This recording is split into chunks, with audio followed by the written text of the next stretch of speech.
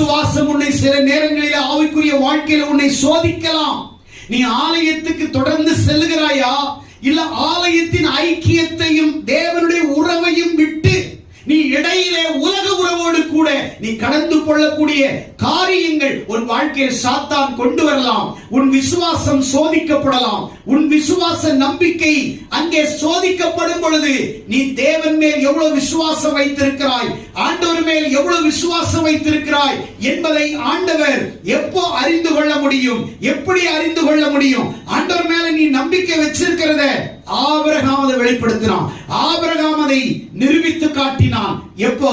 முதிர் வயதுல, 100 வயசுல அவனுக்கு குழந்தை பிறக்கணும்னு ஆண்டவர் சித்தம் வச்சிருக்கிறாரு.